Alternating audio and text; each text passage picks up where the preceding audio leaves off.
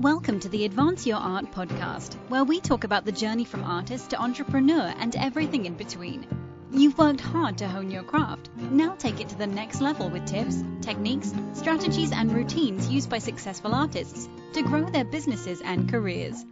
Now, let's get started and have some fun with your host, Yuri Cataldo.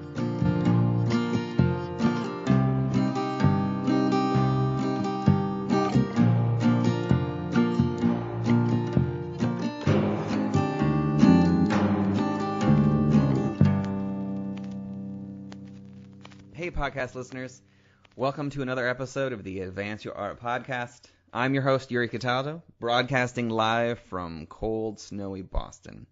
Hopefully where you are it is much warmer right now. I know in Boston we thought the weather was taking a early turn because it was nice and sunny and warming up a couple weeks ago, and then we got hit by a lovely nor'easter and everything has changed. It's been cold and snowy and icy ever since. So every once in a while, which may happen on this recording, the snow is going to crash down off the roof onto the ground, and it is a thunderous crash that sounds like somebody had, like when I first heard it a couple times, I thought that something fell over in my basement. It was that loud. So hopefully during this recording, nothing like that happens. Today I'm trying something a little bit different because I've been fighting a cold as well as many other people because of the changes in the weather. So I've got a lot of interviews I'll be releasing fairly soon. But in the meantime, I'm going to try a little bit of investigation that I've been doing.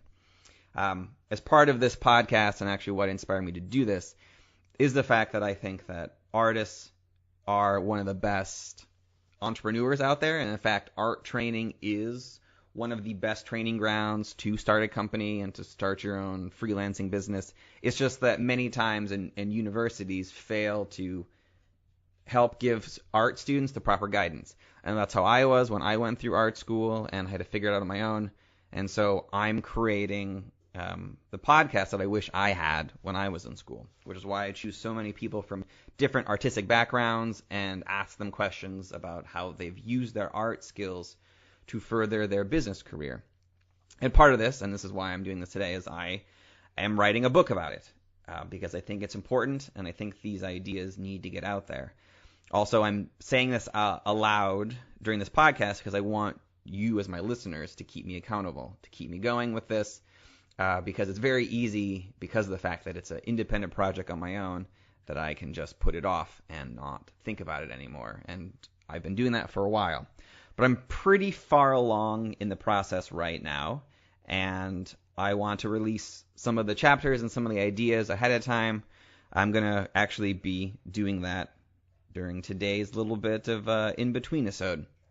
But before I get to that, I want to talk about a new book I've been reading because I think it's exciting and it's something that everybody needs to read. It's called Never Split the Difference, Negotiate as Your Life Depended on It by Chris Voss. Chris Voss was a FBI hostage negotiator, and a lot of the techniques he uses and talks about in this book, of course, he's used in real life FBI negotiations. But also he teaches at Harvard Business School and a few other places. And I'm someone who sometimes doesn't like negotiating. I do it occasionally to put myself, get myself out of my comfort zone. But the techniques and strategies he uses are some that a lot of people don't talk about, and I've used them in my everyday life, and they just make things easier. So if you've got a chance and you're looking for a new book to read, it's a quick read full of really great information, so I highly recommend that. I'll put a link in the show notes. Also, if you want an Audible version of it, I don't know if every podcast talks about their Audible accounts. I've linked up one, so if you want a free Audible book and you don't have that already, you can go to audibletrial.com/Yuri, and when you click on that, you'll get a free audiobook. I get a little bit of a kickback from Audible, not very much, but it's something, and it helps me work on new projects, work on the book, as well as put out this podcast. So today I want to talk about an artist that I I didn't interview personally, but sat very close to the person who was doing an interview, and that is David Choe. So today I'm going to talk about 3 things that I've learned from the artist David Choe. And if you don't know who David Choe is, rather than, you can Google him, but the quick thing is he's the artist who worked at Facebook. And he created and painted all of the walls at Facebook. And he was a successful artist before he did all of that, but once that happened at Facebook, he became one of the richest artists in the world. I think he's like the top 3 now because of what he did at Facebook. So I was at a conference in last September, and he was being interviewed by the organizer of that conference.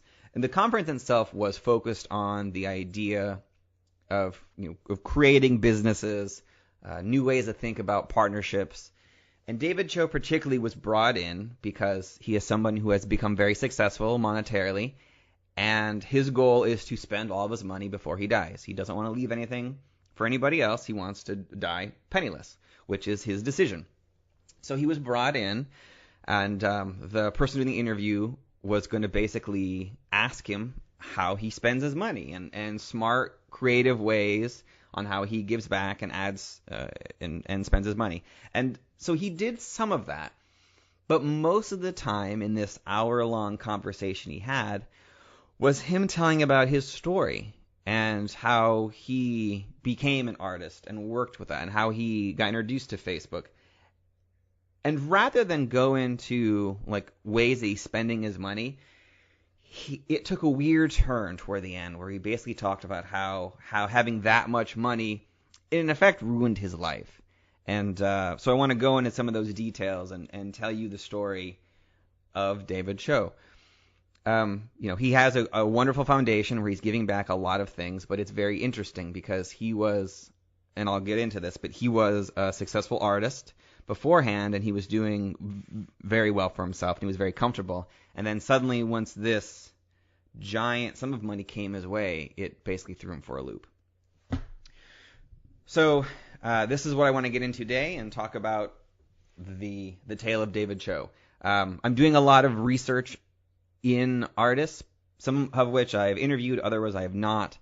But this is part of my writing process where I want to bring out, particularly in my book, which helps connect the dots between art training and then what to do after that and artistic success in either the arts or other things, and how other artists, whether traditionally trained or not, have done it. So David Choe is definitely a great example. And so if you are interested in me doing more of these, please let me know. I'm easy to find. Again, it's Yuri, Y-U-R-I, at advanceyourart.com. Please feel free to reach out to me anytime. If you like this, or if you don't like this, or if you want some variety, I thought this would be one of those. So David Choe began his career as so many artists do, and that's honestly by starving. So to make ends meet in the beginning, he unfortunately wrote some bad checks and spent some time in jail. So when he got out, he had an idea, and he thought that he had a little bit of a gambling streak in him, that he would go to Vegas and try to win some money. So at the time, he was living in LA, so it wasn't a far drive. He would go, and he would always win money in the beginning, but then he didn't know when to walk away. And the first few times he went out there, he would be up a few $100s and then lose it all, and then drive home sad and depressed. At the same time he was trying to do that, he was working on his art career, and he was hanging his work and paintings like so many artists I've seen do. They hang them in coffee shops, and he would put them for about $50, which he thought was grossly underpriced, and they probably were. But because of that, he sold nothing. So he was spiraling into a little bits of depression. He was losing money, gambling. He wasn't making any money selling at the coffee shop. And he decided that at some point things had to change, and he needed a solution because he was just finishing his day getting deeper and deeper in debt. So he had this sudden boost of inspiration that came to one of his friends. So one of his friends recently got one of his girlfriends pregnant, and he made this off-comment remark that, as a joke, that had he pulled out 5 seconds earlier, he wouldn't have been in that situation. And so that's when it hit him. That's exactly what he needed for his gambling. So he commissioned one of his friends to be the person who basically was there to stop him before things got bad. So he promised a portion of his winnings every day if he would make him walk away from the table once they hit a predestined amount. They first started with him being up $50, then $100, then $200. But the goal was, and this was his system, that they would go into a casino with a dollar amount he'd already planned out. And once he'd hit it, they would walk away. And to ensure this, he gave his friend all of his chips. So his friend was in charge of all the chips. And it came to a certain point where he talked about where he actually had his friend, and it was in the pit boss started laughing at them, would physically remove him from the table. Once they hit his amount, no matter how much David wanted to continue, his friend would take all of his chips and physically remove him from the casino. And it worked. He began to win consistently, month after month, enough to pay his bills.